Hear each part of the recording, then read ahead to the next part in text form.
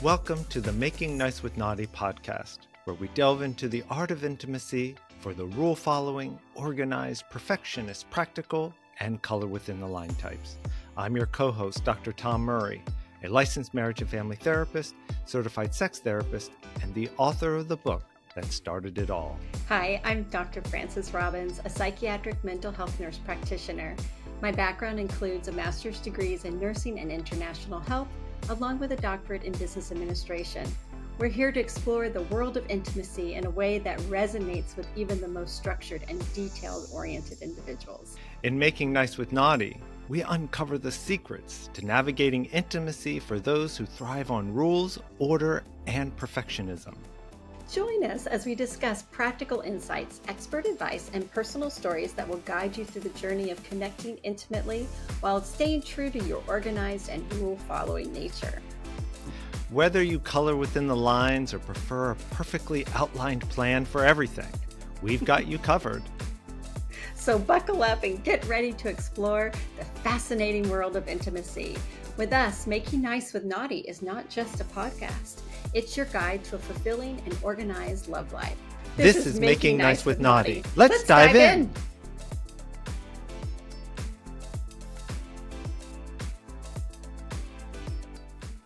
Okay, now we're live. Hi, Tom. Hi, Frances.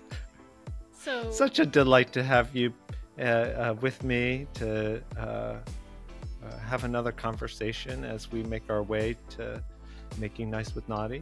The main reason I'm here is because when we talk about your book, Making Nice with Naughty, I think it's important that, as we've discussed kind of off air or off recording, is that I bring in kind of a different perspective in what's being discussed, and I'm kind of like the person who doesn't know all the answers, and maybe you do know the answers. So it's a nice dialogue and a discussion.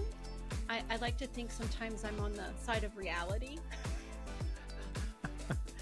and Tom might be on the side of fantasy. So I have to. I love a good fantasy. I know you do. I have to tell you this because for those folks who have not listened to our first episode, which we did 2 episodes. This is episode 3. Our second episode, we discussed emotional leakage. Yes. And I have to go back to this because I have a funny story I have to tell you. So, for those of you that don't know, I and my husband, we've been married for, 30 years. Maybe not quite 30 years, but we've been married a long time. And his mom lives with us, and she's affectionately called Mama Judy. And Mama Judy is from the deep rural South, very deep South. We live in the Northwest. So we're sitting around the dinner table. We had just completed our recording earlier in the day. And so in the dinner table, we're just talking about the things that have happened throughout the day. Right? It's a great time for everybody as a family to kind of reflect the different excitements of the day. So when it comes around to my time, I start talking about emotional leakage because I just like how that sounds anyway. It's kind of got that ew. And it is fun to kind of see what people think. So I go through this whole thing about what emotional leakage is and what it looks like. And Judy just looked at me, Mama Judy just looks at me and she says, well, it sounds to me like they were having a come apart. They were just having a come apart. And I had to sit there and think, oh my God, she just said come apart. Like when something just falls apart. Yeah. And isn't that a perfect, just that I just like, you are a smart woman. It is a come apart. It is a come apart. Yeah, I love it. I love it. We have to thank Judy for just another way of really of encapsulating what happens to a lot of people who just have this. It's uncharacteristically emotive, and they are coming apart at the seams. They are. He had him a come apart. That's what she said.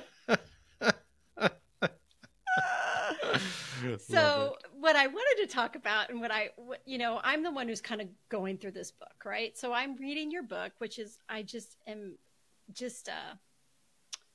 I really enjoy your writing style, and it's easy to read, and I really appreciate that. And it's funny because I can just hear your voice, right, while you're saying this. And now, don't you have an audio of this book as well? I do. Yes, that's right. Did I hear that you have got it on Scrib now? It is. On It audio is. there? So now on it's Script Ever D. and. It's now called That's Ever right. and. But That's right. anyway, I'm glad to hear that. But when I read the book, I can't help but hear your voice as I'm reading. So one of the things I was reading about is talking about sexual confidence. And I really wanted to spend a little bit of time, maybe you can kind of help me as I'm reading about sexual confidence and why it's important. And mostly you discuss in the book how those OCs, so that's the over-controlled person, right? How their traits can kind of thwart their sexuality. Do you mind kind of going over that and explaining that for us, or explaining it to me? When you think about like the 4 traits that I read in the book having to do with the DBT model, but it's RODBT. What does that stand for again? Radically Open Dialectical Behavior Therapy. Okay. Yeah. So it kind of looks like robot to me, but I know it's not robot. But... Definitely not robot. Although some people who are over controlled can have a robotic nature to themselves. Well, one of those first traits that you talk about in your book is low receptivity and openness to the unexpected. Yeah. What is that in reference to? Yeah, so people, that core deficit of low receptivity and openness is that people who resist anything that is unexpected, they tend not want to take chance and have novel experiences. They're more inclined to avoid uncertainty, to not engage in unplanned risks. So they may actually do risky things. It just means that they may have spent a lot of time planning around those risky activities. So if they're going to go skydiving, they've spent months planning that adventure, studying the risks of it, and studying the company, and checking and rechecking their backpack, all kinds of different things. So they no spontaneity. Very little spontaneity. They can be very hyper vigilant to potential threat. And they are also less inclined to be receptive to negative feedback.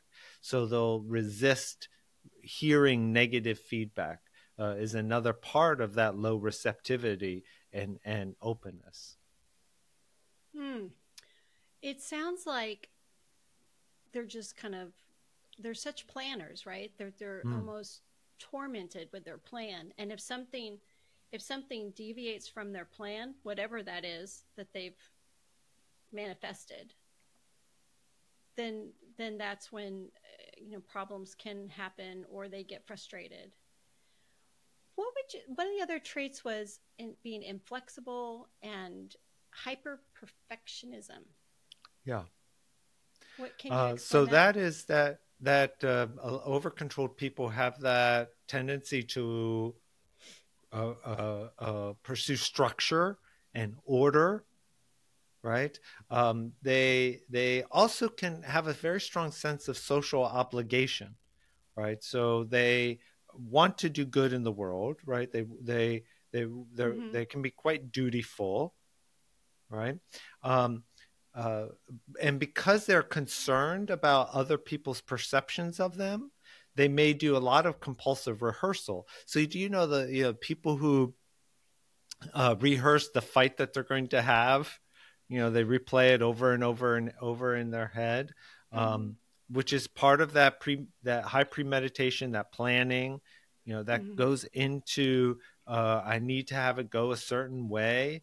Um, Mm-hmm. and they also may feel like they have to attend to problems, have to fix something. So I can't go to bed if there are dishes in the sink, right? Or some people, like gymnasts, they'll continue to do the exercise, the Mm-hmm. routine, even though they may cause of self-injury. So compulsive runners, for example, feel like I have to run, I have to go get that extra second shaved off of my time, even if Mm-hmm. doing so may cause them injury. So that can be another form of that low flexible control.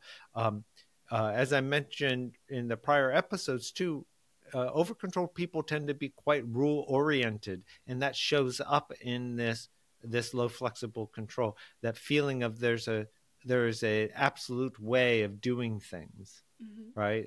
And the world should be done in a certain way, is another example of how that might show up. And then high moral certitude or high moral superiority, the sense of again, I know what's best, I know what's Mm-hmm. right. Mm-hmm. um, Bringing it back to sex, some people may be so convicted that masturbation, for example, is an absolute sin, and that they would never masturbate because that would be a violation of this morality principle. Mm. Mm. I I do want to kind of bring everybody back to to the to the understanding that that being over controlled is not a bad thing. That's right. It's just a thing. It's just a thing. And when I hear some of those examples, I think, well, yeah, that's awesome. They follow the rules. They're predictable. Mm-hmm. Uh, they they they work really hard. I think a lot of that is great traits to have, right? So Yeah. I do want to just maybe, I don't want this to be a beat up on over controlled people. Right. What I think of the over controlled, I mean, it's so easy to see how anybody could fit into have pieces of that. What what um what I appreciate so much in your writing is how you bring it back to kind of real world examples, and that it's all, um, it's not bad or good, it's just a thing, and this is how you can work for the desired outcome, right? I think Yeah. that's pretty awesome. To say it differently, again, these behaviors, and we'll talk about the fourth one, which is low social connectedness, um, is that uh, uh, it's really about whether it's adaptive or maladaptive. And so these can any of these qualities, there can be too much of a good thing, Mm-hmm. right? So being perfectionistic can have its benefits, but there can be too much of it where it prevents one from Mm-hmm. really enjoying life. And that's ultimately what RODBT is about: is having a life worth sharing, not just Mm-hmm. living, but being able to cultivate a life worth sharing. And with over controlled people, they're if they have a maladaptive level of over control, then it makes it difficult to share your life with others. I think that is so key, a life worth sharing. Yeah. That that's pretty impactful. That's pretty impactful. And if I can add the fourth one, Mm-hmm. one of the characteristics of over controlled people is that they tend to come across as aloof, right? Mm. As uninterested in relationships. In fact, one of the most common complaints of people who are over controlled is that they have a intense feeling of loneliness, that somehow they're perpetually outsiders. And part of that is self-imposed because they do a lot of social comparison. They compare themselves to other people. As successful as they are? Am I as likable as they are? Am I as attractive as they are? Whatever it is this high tendency towards social comparison, and because of that, they experience a high level of envy. Right. Just thinking if I could be more like that, then I would be more likable. I would be more acceptable. And because they're not like that, they could experience bitterness. Right. And all of that level of self reflection impacts how empathetic they can be. Right. That ability to take perspective. Tom, with that, thinking about that, if a person was constantly, or the over controlled is comparing, if they're in a relationship, an intimate relationship with another person, it would seem like that would be a real barrier to achieving true intimacy, because they would always be comparing themselves to people that may or may not be there, right, or to media, right? I know later on we're going to talk about mind chatter, but I just think about that. So it sounds like they can be their own worst enemy. That's right. And so if one is so wrapped up in this constant comparison, then they can't be present. Right. And the crux of the book being focused on, where these, when the over-controlled temperament shows up as a problem, it's usually a problem in people's sexual and intimate relationships, because the world out there loves over-controlled people, as we've talked about. We're the ones that get shit done, right? We're the ones that people rely on and experience as dependable. But when it comes to being in intimate relationships, it's a problem when every time you go behind your partner, you rearrange the dishwasher because you just don't think they did it right. That doesn't foster a sense of closeness. Right. Well, when I think about, and just thinking about the comparison that you were talking about, as an adult person who's had a very lovely sex life, who is still having a very lovely sex life, so it doesn't have to be in past tense. When I watch a lot of the stuff that's on social media or TV shows or different things, it's hilarious.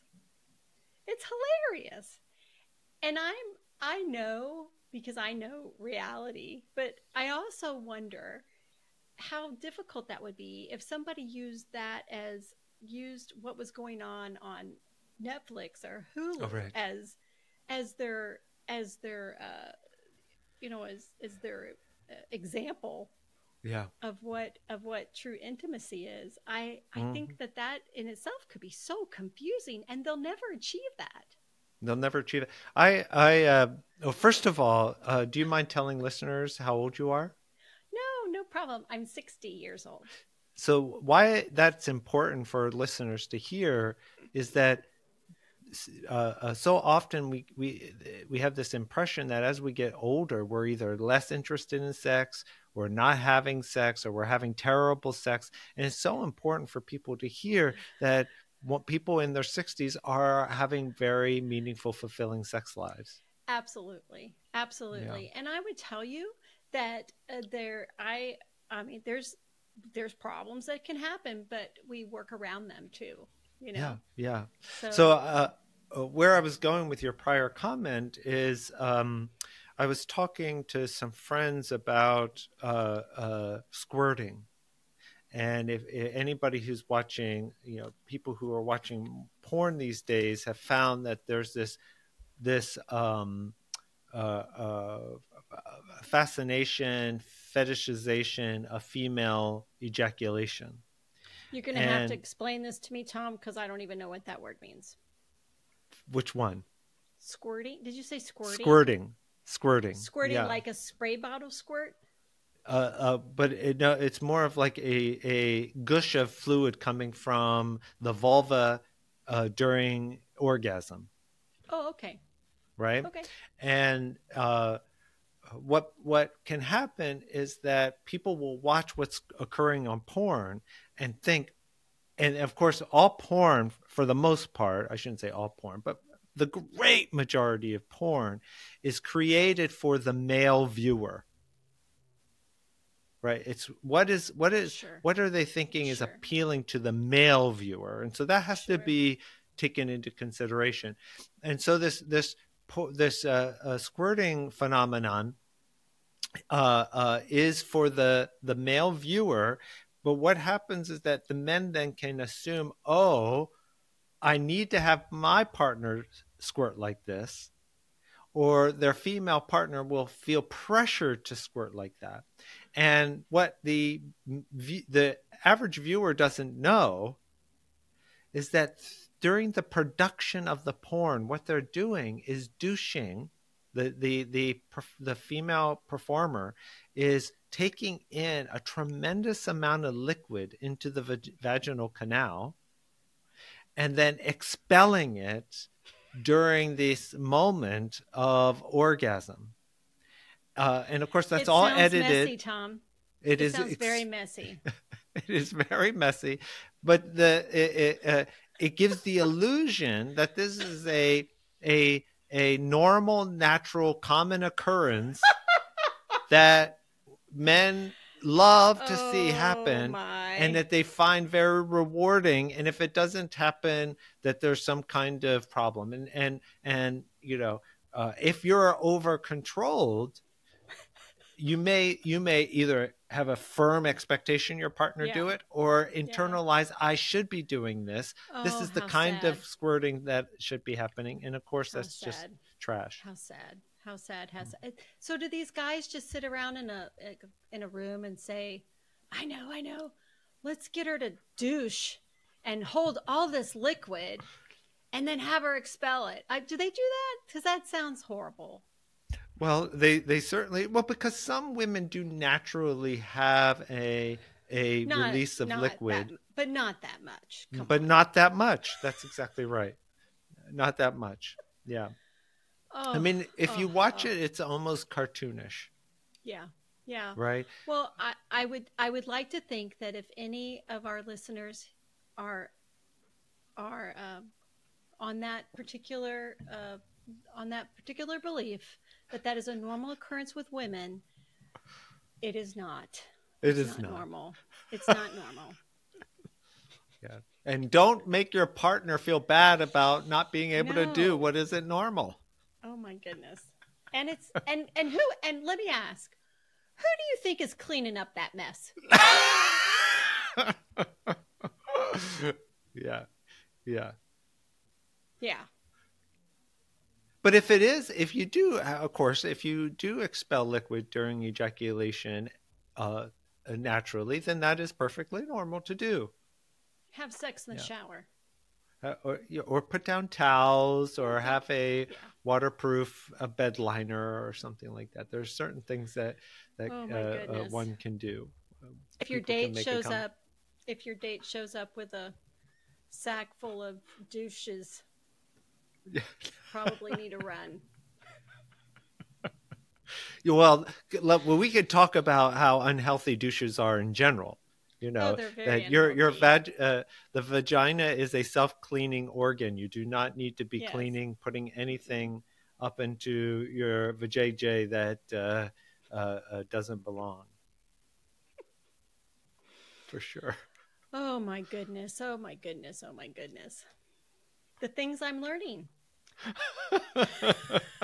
I can't wait till I go to the dinner table tonight. I'll let you know what Mama Judy says.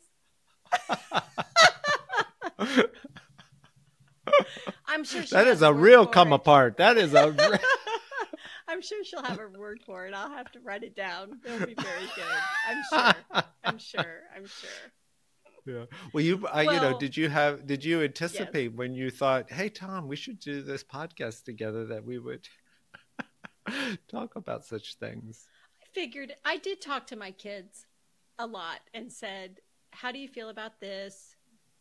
This is what we'll be talking about. And they're like, that's fine. I mean, they have a healthy relationship. At least I think they do. So who knows? Who knows what they gave me their blessing. So that's all that's important. Hello there, dear readers. I'm absolutely thrilled to announce the release of the Making Nice with Nadia audiobook, narrated by yours truly. As the author, I've poured my heart and soul in telling your story, especially how your psychological temperament shows up in the bedroom and how it gets in the way of intimacy. With every sentence, every emotion, I'm right there with you, guiding you through getting more meaning and fulfillment in your sexual and intimate relationships. The wait is over. You can now download the audiobook on Audible or from my website, drtommurray.com, and immerse yourself in where you reclaim the playfulness of your sexuality. My voice is your compass as you navigate through every titillating moment, gaining powerful insights from psychology. Claim your aha moment. Click on the link and join me on this unforgettable journey toward making nice with Nadia. Making Nice with Nadia audiobook, available on Audible. Download now. I wanted to just kind of segue into something else that you write in your book is, and when talking about sexual confidence, talking about just kind of these unrealistic expectations that an over-controlled or an OC person can basically puts on themselves. When they make that awareness or they start questioning, you know, it might be a little out there. I want to talk about how vulnerable that is and what the role of vulnerability is in the relationship. Because it seems to me that in order to have that intimate connection, whether it's a physical, a spiritual level, whatever, you know, not necessarily having to be an intercourse, but when you're having that intimate connection with somebody, man, you got to be vulnerable. You have to be vulnerable. It's almost like vulnerability is a necessary ingredient to having that intimate connection. I think if you're not vulnerable and willing to be vulnerable, you're never gonna reach that connection that you crave for. When you say vulnerability, how do you define it? It's a matter of being honest and forthcoming. I think about vulnerability as when I'm vulnerable, I'm sharing my inner thoughts. Maybe it could even be a physical vulnerability where I'm showing my partner an area of my body that I feel ashamed of or uncomfortable with. You know, as a nurse, I had worked many years ago. I was a wound care nurse, and I worked with people and helped them with their body image. And so folks, ladies that have had mastectomies, who had the scarring, or if they've had to have a colostomy or urostomy, so they have a bag, an outside bag to hold their bodily fluids, to be able to help them be okay with that, and teaching them to be able to still have intimacy even with all these extra parts. That to me is vulnerability. When I can expose myself, I think when you're naked, like you're really vulnerable. Physically naked, I think you're super vulnerable. And I think you can have an emotional vulnerability by being exposing your internal thoughts.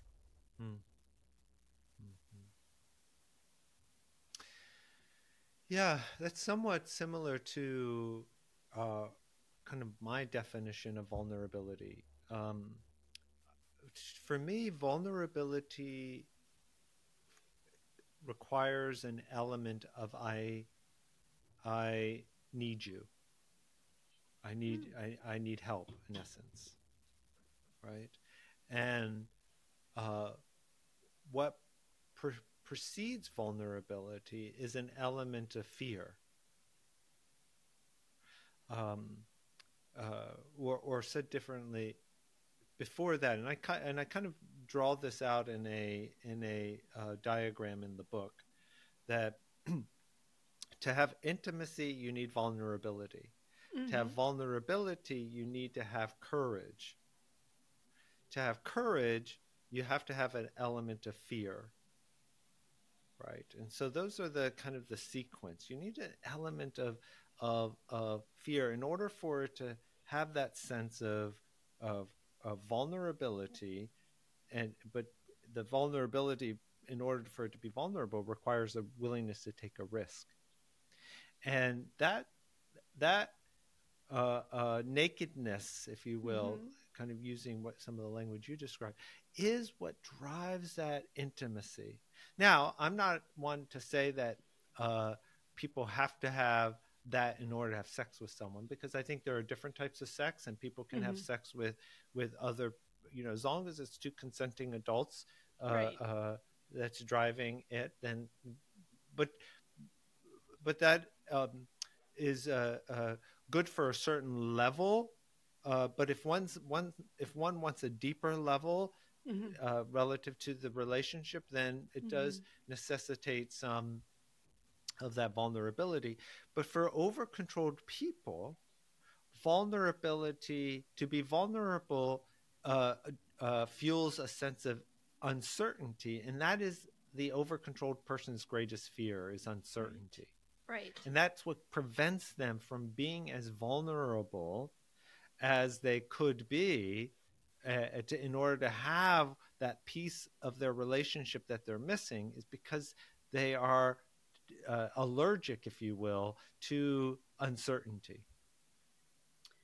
Tom, you're going to have to explain to me more about how fear falls into this. I'm really stuck on the fear component. Well, let's go back to courage, Okay. right? In order for an act to be courageous, you have to have fear. Otherwise, it may be more like confidence. So, courage, to do something with courage, there's Oh, a I there's a see. there's an underlying element Hmm. of fear that's associated with it. It's the I'm afraid and I'm doing it anyway. That then is what is perceived as courageous. I see. I see. Yeah. I can see that now. Thank you. I can see that now. The and I also love that you kind of explained too that the having sex doesn't necessarily mean intimacy, That's right? exactly right. And That's that's right. so important to kind of keep that. I think there's a lot of people who feel like that they are synonymous and they are not. They are not. They are No. not. And Yeah. we we have, there's folks that I know, folks that who have sex on a regular basis and it is not intimate. Mm-hmm. You know, it's more of a transaction. Right. Yeah. Mm-hmm. Which I'm not. As a sex positive sex therapist, I I, Oh, I don't I have think any all opinion one way or the all other. sex is transactional. Right. All Yes, sex is yes, transaction, yes. and and um, but people can get caught up. Well, especially over controlled people can get caught up in the morality of sex and think that some sex is less moral than other sex. And what that turns into is sex has to look like a certain way in order for it to be acceptable. And the more rigid that rule is Mm, around how sex has to look, the more impediments there are to to being vulnerable, right? To right, taking the right, risk, to having the uncertainty.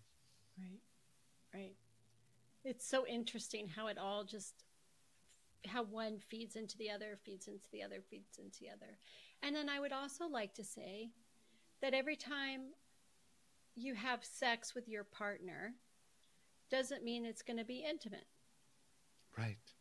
That is really important. It's, again, it's part of those expectations that can be placed on yourself that are just not realistic. Mm-hmm. They're just And not realistic. unintimate or sex that is less intimate than other sex. Sometimes, for example, I talk to couples about the difference between fast food sex and fine dining sex. Mm-hmm. Mm-hmm. If you have young kids and busy Right. careers, Right. sometimes the best you can aim for is fast food sex. Correct. Right. Correct. And maybe we can talk about this in some future episode, but sometimes when you're in a monogamous relationship in particular, you may decide to gift sex to your partner, right? That you may not be particularly horny, but Right. you know that for the health of your relationship, having sex is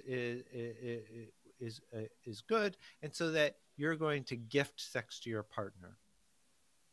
And then there's fine dining sex, which is sex that you're really taking time to just enjoy each other's bodies, and you might invest much more into the experience than you otherwise would in fast food Absolutely. sex. But if you're only eating fast food sex, it's going to be unsatisfying after a while. If you're only having fine dining sex, you may end up not having much of it because life is too chaotic to be able to carve out time for it. Yeah, that's a great analogy. That's great. I heard that before when I early on, when I in my early on when Keith and I were married, we went to I was active duty military for a while, which you know, and we went to a like a weekend retreat for to strengthen marriages, and it was very fun. And they talked about that too. It was very fun. Fast food sex, drive, drive through.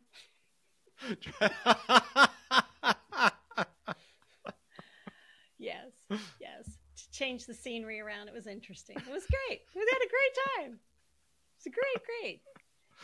Yeah. So the other thing I wanted, as I'm kind of going through your book, basically, as we're kind of going through this journey together and talking about the vulnerability, that really segues to me into the rules and being perfect, right? Sexual perfectionism is one of the that you talk about. And you specifically talk about 4 dimensions of that. And not that we have to go through every one of them, but the biggest thing I took from reading your book on sexual perfectionism is that having to be a certain standard. And when that standard or that belief that you have doesn't happen, how it just you're sabotaged. It's done. You can't continue. And how so much of that that over controlled person places on themselves, you know. And again, I think they get that from pornography or from, I don't know, just having a fantasies. Hollywood. I don't know where they get it completely. I don't want to give one thing, like I don't want to say this one thing is causing that, because I don't believe that either. Right. Yeah. There are 4 types, and I will go through them because I think they are important. Essentially, the 4 types are 4 types of sexual perfectionism are: I have to be sexually perfect, my partner has to be sexually perfect, I think my partner thinks I have to be sexually perfect, and the 4th one is society expects me to be sexually perfect. So if we look at these kind of like I have to be sexually perfect, for males that might look like I have to have an erection every time, right? I have to have an orgasm every time. Or for women, it may be I have to feel desire every time, right? So there can be a real effort on desire, or I have to have perfect breasts or perfect labia or whatever kind of definition of sexual perfectionism. The other one is my partner has to be sexually perfect. And that can look at, my partner has to have an orgasm. My partner has to have an erection, right? My partner has to look a certain way. Or the third one is, I think my partner thinks I have to be sexually perfect. Oh my goodness. That, my partner expects me to have an erection every time. And if I don't, I'm going to let them down. So I'm not even going to bother initiating sex because I'm afraid I might let them down. And then the last one is, society expects me to be sexually perfect. And I see that often where a lot of people don't ever update their sexual knowledge, because there's this impression, oh, I should already know everything there is to know about sex. And so I'm not going to update my sexual knowledge. And yet your sexual knowledge for being in your 60s is going to be different than your sexual knowledge for being in your 20s. And if you're in your 60s expecting to have a body that works exactly as it did in its 20s without knowing that vaginal lubrication may be more of a challenge, muscles don't bend as far as they used to, whatever it is, you're going to be holding yourself to a standard that isn't right. Yes. I spent a lot of time on the beach in the bushes with a particular young man. But I don't do that anymore. Right. I don't do that anymore. The sand it's too much sand.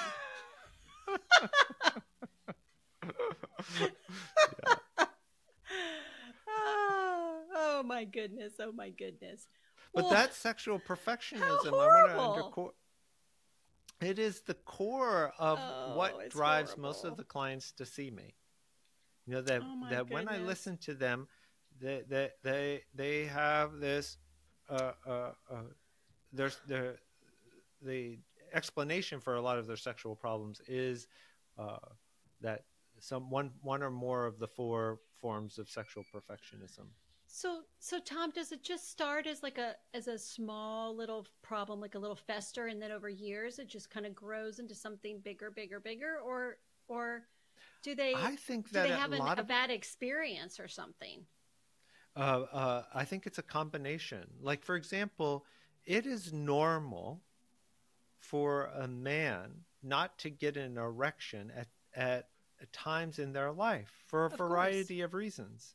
But if you believe that you're supposed to have an erection every time you want one, and then you come to that moment where you don't get one when you want one, and then you say, then you catastrophize and say how terrible this is and how embarrassing and mortifying this is.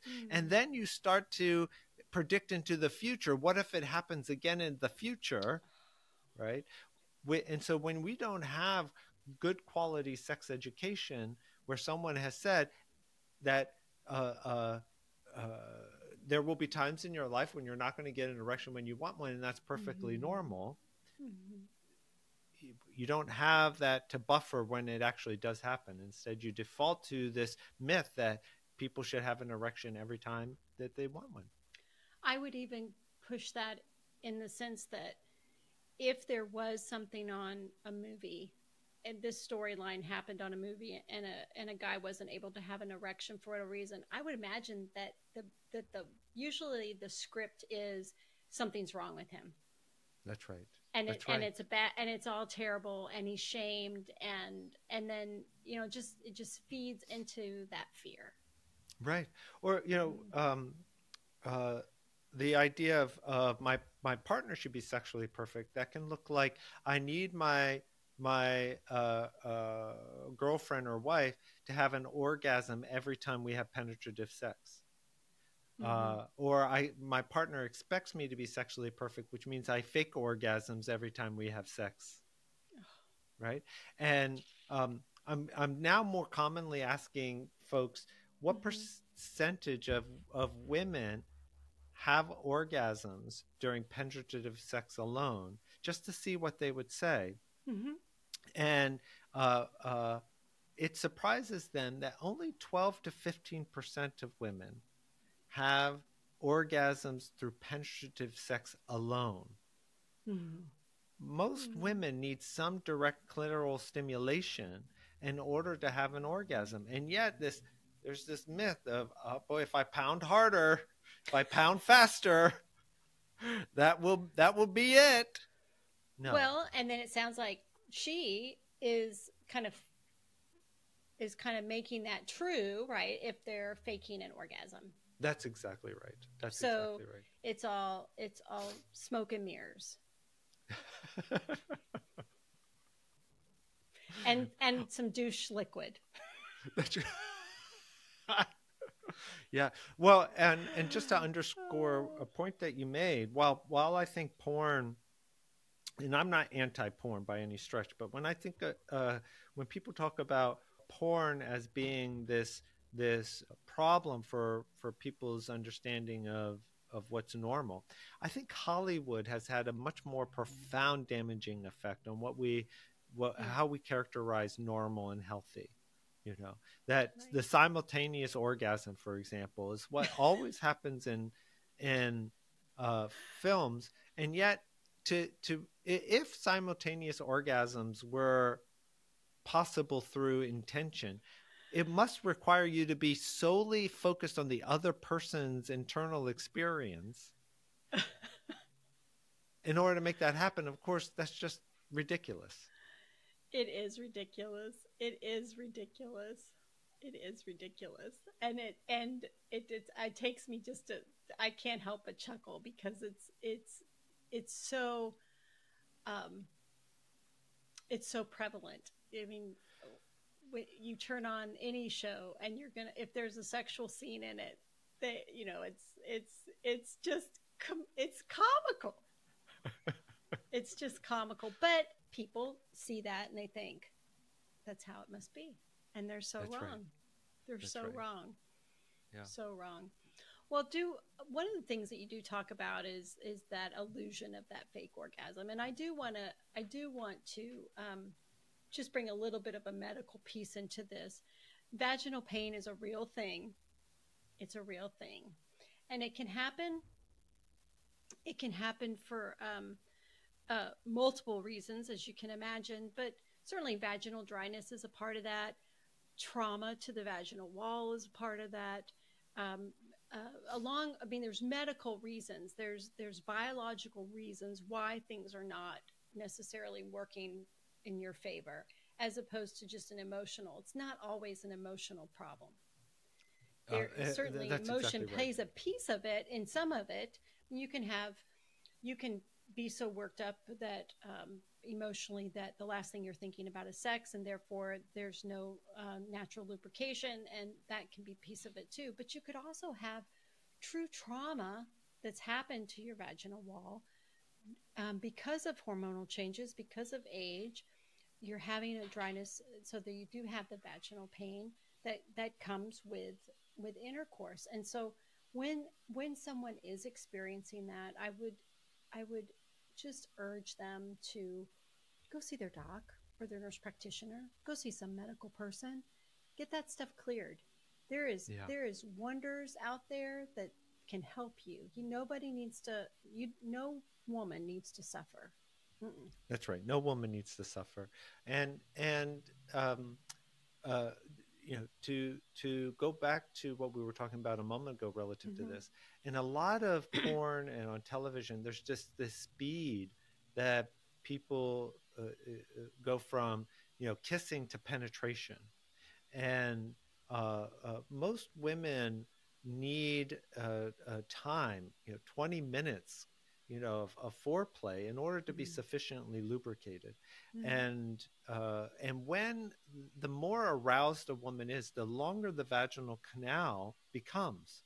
And so if you're not fully aroused, and the average vaginal canal is around 3 inches, 3.5 inches, but someone's penetrating them and then they're bumping against the cervix because not enough time has happened in order for it to stretch. It hurts. Ouch. Yeah. Mm-hmm. And if you're not lubricated sufficiently, then obviously that it's painful. Mm-hmm. So Mm-hmm. spending time, foreplay serves many purposes. It can certainly heighten the emotional, the intimacy, but it also has a physiological benefit that is also necessary. But even when one may be fully aroused, they still may be insufficiently lubricated. Right. And that's why having a good quality lube is your best friend. And I strongly encourage people to have a pump style lube that all they have to do is press down on it and get some lubricant, rather than the screw top where you have to use two hands. It's just to be as good enough to reach over, pump, and then use it, and use it before you think you need it. That's the other piece of advice I'd have. Yeah, that's so. Don't keep hand sanitizer at your bedside. Keep a lubricant at your bedside. That's right. That's right. And big bottles, not just these little, my view is, think of yourself as you're going to have lots of sex. So put that into the universe. I'm going to buy a big bottle because I anticipate having lots of sex. That's awesome. That's perfect. That's perfect. Perfect. Oh my goodness. I have so many things are going through my head for tonight's dinner with my family. Oh my. Well, so the last thing I do want to talk about for this particular episode is talking about that social connectiveness that you talk about in your book. So you have you talk about emotional detachment, and also the importance of physical and verbal affection. And I think that kind of goes in with what you've already said, but for somebody who is kind of craving that social connectiveness, or that over controlled person who in their mind, their plan is to have this great social connective experience, and they don't understand why they're not having that, what would you say to them?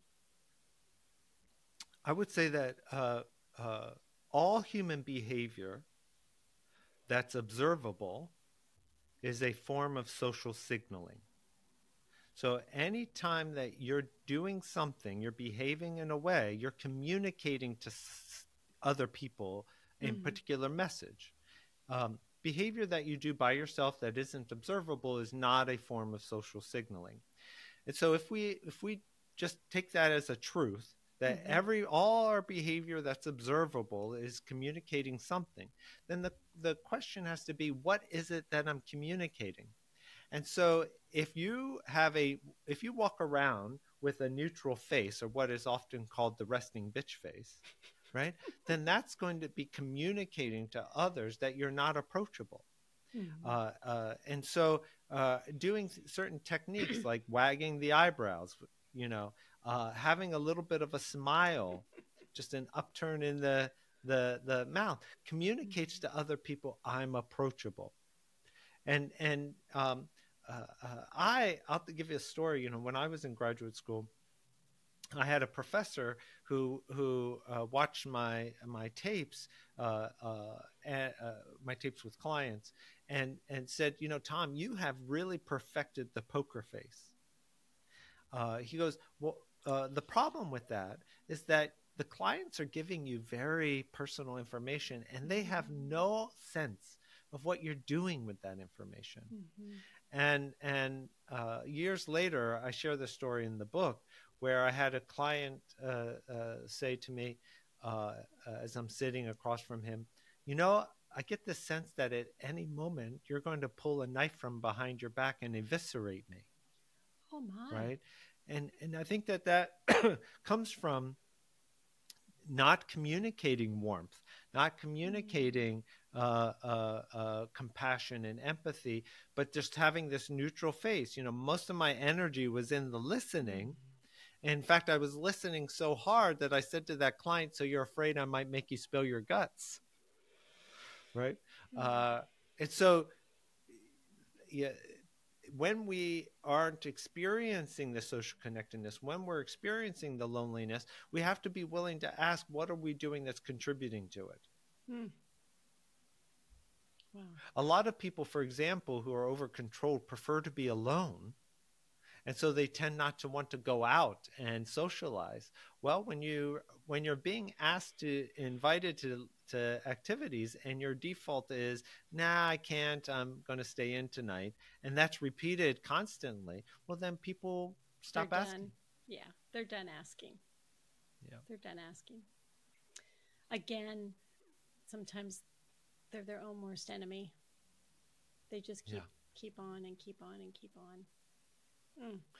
And of course, we can see it from the flip side, right? Is that if I don't go out, then I don't have to feel the anxiety of the social comparison, right? So it is an attempt to self-soothe, and while there may be a short-term benefit, the long-term consequence is the isolation and loneliness that they feel. Right, which our Surgeon General has said now that's a national problem. I mean, it's a big loneliness, big problem. Yeah.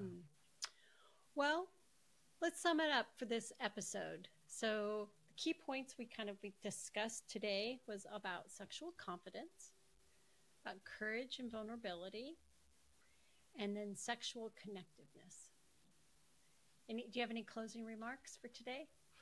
Just also that the core common feature that I see among the people that come to me for sexual problems is the element of sexual perfectionism, and to be able to identify if you're experiencing sexual problems, which one or more of those sexual perfectionisms are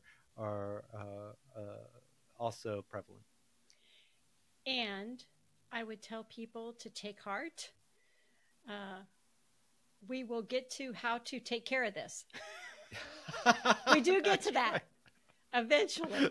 And if they haven't picked up your book, they certainly need to, because it is packed with great information. And nobody needs to suffer. That would be the greatest message for today. No one needs to suffer. There's no room for suffering. There's no need for it. There's no room for it. All right. So next episode, the ego. Let go of the ego. Let go of the ego. Yeah. All right. Well, it's good seeing you today, Tom. Always great seeing. It's always great being with you.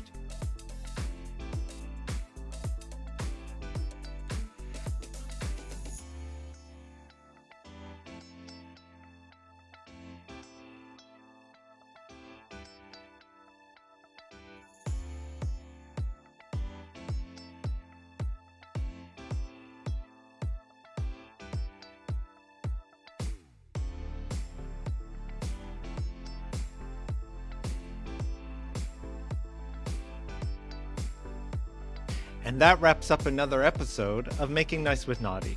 We hope you enjoyed our exploration of intimacy for the rule-following and organized. Thank you for joining us on this journey. If you found our discussions helpful or intriguing, don't forget to subscribe, rate, and leave a review. Your feedback means the world to us, and it helps others discover the podcast.